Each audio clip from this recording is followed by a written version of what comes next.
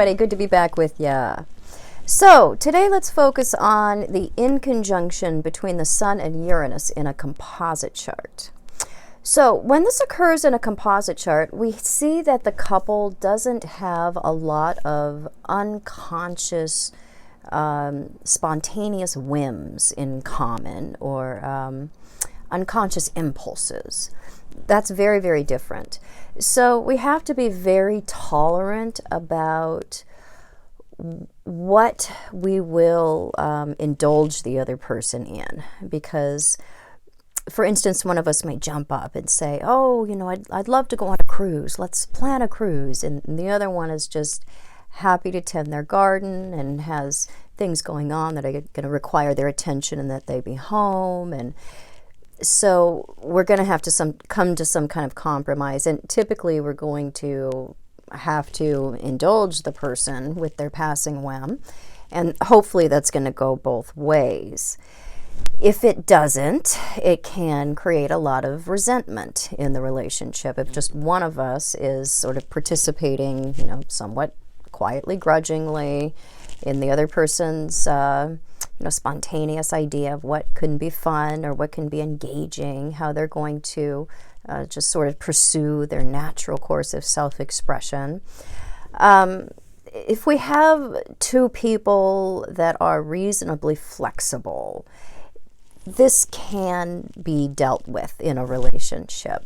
If we have one or two people that are very rigid in how they go about their life or their own way of being or their ideas about how relationships should be, then this can actually cause quite a lot of problems, this particular inconjunction. So there will be some amount of disagreement about what we're going to just kind of throw ourselves into. And that disagreement, again, is going to come from a lack of commonality about those spontaneous impulses. And so if you can put up with what the other person wants to do and even occasionally join them, we can find ways to get along. We're probably never going to enjoy the same things. We're probably not going to find that by going along with what the other person wants that we enjoy that too. It's going to be more of a tolerating thing.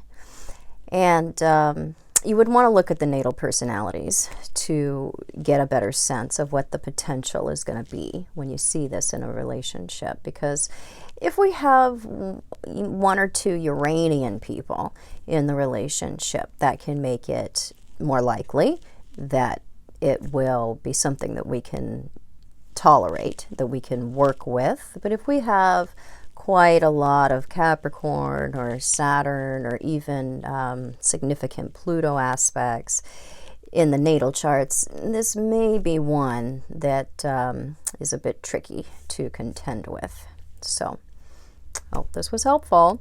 If it was, please subscribe to my channel, yada, yada, yada. You can find me on the internet at Truth in Aspect Astrology, and I'll be back super soon. Bye-bye.